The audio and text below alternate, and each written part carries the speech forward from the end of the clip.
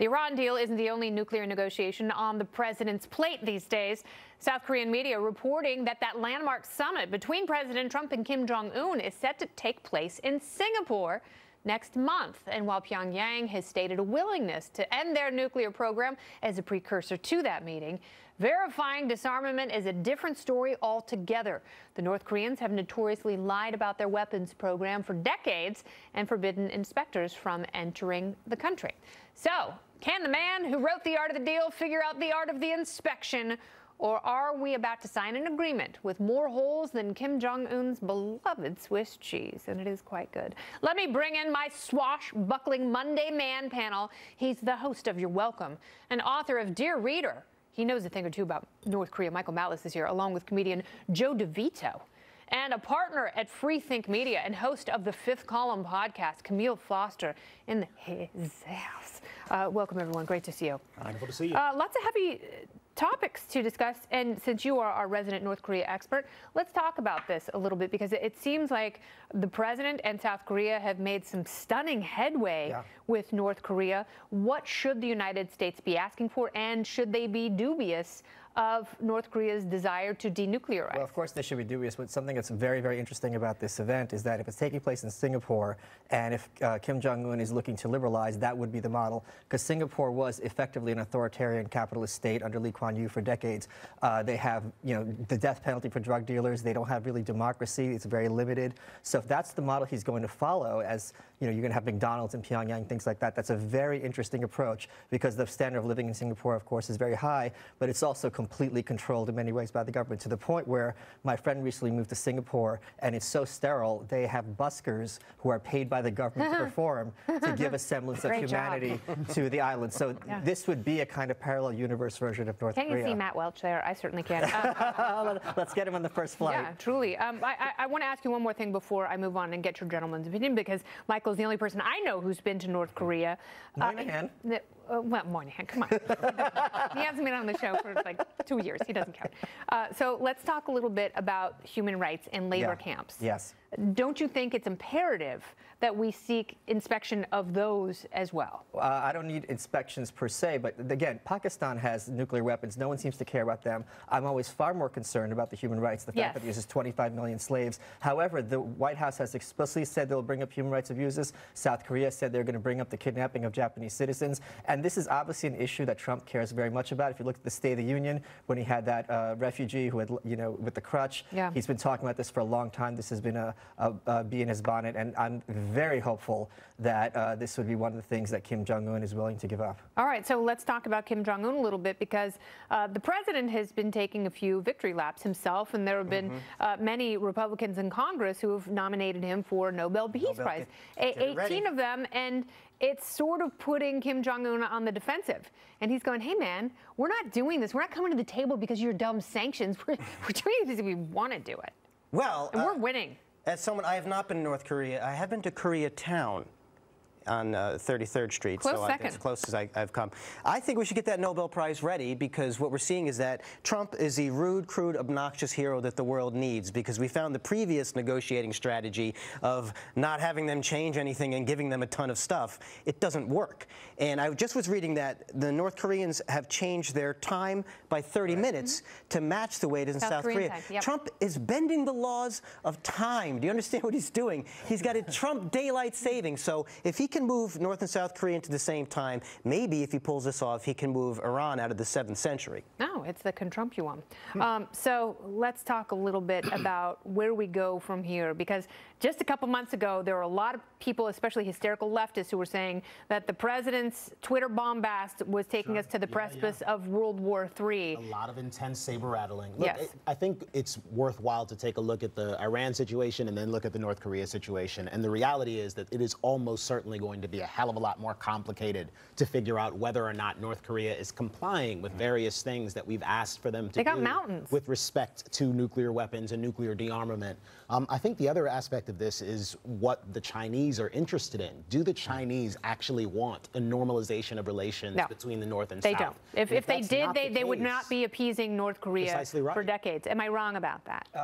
The Otto Warmbier thing has been very bad for them, because if they want to be a second power to us, they can't defend things like this in the world stage, and North Korea better shape up. Yeah, and that goes back to your human rights violations, and that having to be paramount in this deal, because you're absolutely right. And you know, going back to Iran for just a second, I think that the nuclear capability of Iran is really secondary to their hegemony and funding terror groups. 100%. Sure. All right, well, high fives all around. Is a blue wave going to wipe out the Republican Party come November? It won't exist the way we know it, maybe. House Majority Leader Kevin McCarthy says, no, not so fast. McCarthy rumored to be the front man to take Paul Ryan's gig as House Speaker. He told Fox and Friends the American people will see right through that Democratic ruse trying to sweep the midterms just to impeach the president. Watch. All they want to do is capture this government to try to impeach this president or stop anything from happening or raising your taxes. I think the American public is too smart for that. So is McCarthy right that being anti-Trump isn't enough to win an election? So who is pushing the impeachment narrative? Because it seems to benefit both sides. Tom Steyer and progressive Democrats love the idea of impeachment. That's the ultimate middle finger, but Republicans like it because it activates voters who are complacent in a pretty good economy. Well, I think you've called it exactly right. Both sides are happy to perpetuate the narrative that this thing might happen. I don't know that Democrats are particularly desperate to have the party itself focused on this issue and actually driving an actual impeachment if they manage to capture the House and the Senate. If they do manage to capture the House and the Senate, you can expect exactly what you would expect under any other circumstance, them trying to give the president as much trouble as possible and occasionally trying to find places to work together. I mean, but that can be fun. And everyone knows it. And we all know, I want the president to sit down with special counsel because he wants to prove that there was no collusion. He wants to set the record straight. He knows that the base has his back, but also, I mean, impeachment would be kind of fun. Yeah, I don't think he's going to be impeached. I don't want him to be impeached, but... Well, I think the Democrats and the left in general need to stop with this. He's not my president, and he's the president. There's no office known as the president that you like. He won. And until they come up with some real concrete explanation as to why they think there was some sort of cheating or collusion, this stuff isn't going to get the kind of traction that they want. And they're wasting time right now with saying we want to impeach him, we want to get this administration over with. The people voted him in the system that's there. It was a legit election.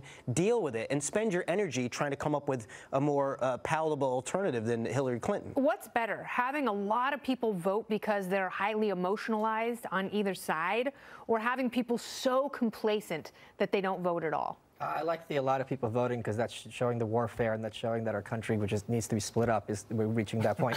The one thing I disagree with about Joe is I always make it a point to say our president because that drives people crazy. So you have to do that, slip that in as casually as possible. That's better than the president, all right? I'll concede that. I mean, I will say it is so much fun watching emotional people get mad about the president. I've been calling this for a couple of years with you. It's been more beautiful than even imagined. But that's still, it's like when you sign up for the Jelly of the Month Club, it really is the gift that keeps on giving. Kofife was only a few months ago. We've already forgotten about it. The orb, the fish food. I mean, every day it's something new. But if he wins, and wait, we're living in a situation where he's got to win the Nobel just to make people mad. We're living even if he doesn't. No one deserves it. We have a situation where the porn star can't stop talking that she slept with this guy. Like, how does that happen? You guys, I'm so grossed out. Who wants to see it? Seriously. Well, because there's no. They might find Trump secrets, but they're not going to find surprises. We already know who he is. That is a great distinction, and one that very few people understand, because he's the first politician to really embrace that. Like, it's kind of gross, but don't mind. Well, I've said that a time or two. The panel returns. The man panel. You know who doesn't love freedom? Hillary Clinton. Once again, cranking up the excuse machine with another theory on why she lost the election. In the past, I felt like I had to be, kind of careful in public, sort of keep my guard up. Well, those days are over, and I am so pleased that I could pull the curtain back in the book on the unprecedented election, the first reality TV election in American history. Well, go ahead and add that to the list we've been keeping track of. Yeah, reality TV, misogyny, James Comey, Bernie Bros, Anthony Weiner, the New York Times, low information voters, content farms in Macedonia, TV executives, being a capitalist, and so much more. What happened, Hillary? Why did you really lose to reality TV candidate? Let the man panel do some mansplaining here. Michael Malice, Joe DeVito, Camille Foster. They're all back. Michael Malice, it's as though Amy Schumer and Yoda had a baby. Yeah, I think that she's going to Australia because she thinks if she goes to a prison colony, they're going to take this withered old felon and declare her their president. Listen, did you know that in the Southern Hemisphere, she falls down the stairs in a counterclockwise direction? Wow. I mean, this is the gift that keeps on giving. When Obama made her Secretary of State, I'm positive he did it so he could just get her on a plane and get out of the country so she wouldn't be sniping him in the Senate. And now she's doing the exact opposite. She's guaranteeing Donald Trump's reelection. Just go ahead. Well, maybe while she's down in Australia, she can become Queen of Thunderdome like Tina Turner did, because she'll never be president. I like how she's getting farther and farther away from us. That's fine with me. And she's getting more and more wrapped in robes and scarves and mechanical. She's going to be like Captain Pike. The Steven Tyler of an adult community center. Just from outer space. Yeah, keep going. You can't come to me last, like after all of that. I got no Hillary Clinton jokes. I actually love her so much that you're with her. I have no remaining profane words to give. Oh, you're such a love. About you are her. Weathered crone. Thank you. I really don't. I don't have anything left. Because you love all her so she much. does is continue to talk about this election. It'd be very nice if she went away. Perhaps write another book about something else. Maybe some fan fiction. She should do like a bird watching book and become obsessed with like where one she won subject. The election. And here's something. Like if I did it. Yeah. Here's the thing. If I won it. Even Bill Clinton's not as self-absorbed as her. He's notoriously self-absorbed at his presidency. She won't stop talking about this one day. It's like she's JFK or something. Yeah, and that's so funny. He is more self-absorbed than toilet paper. And she truly is so obsessed with this. And it's like Groundhog Day. And people are like, no, we've moved on. It's 2018 now. Shh. Thank you so much all for being here. Camille, Joe, and Michael. What a night.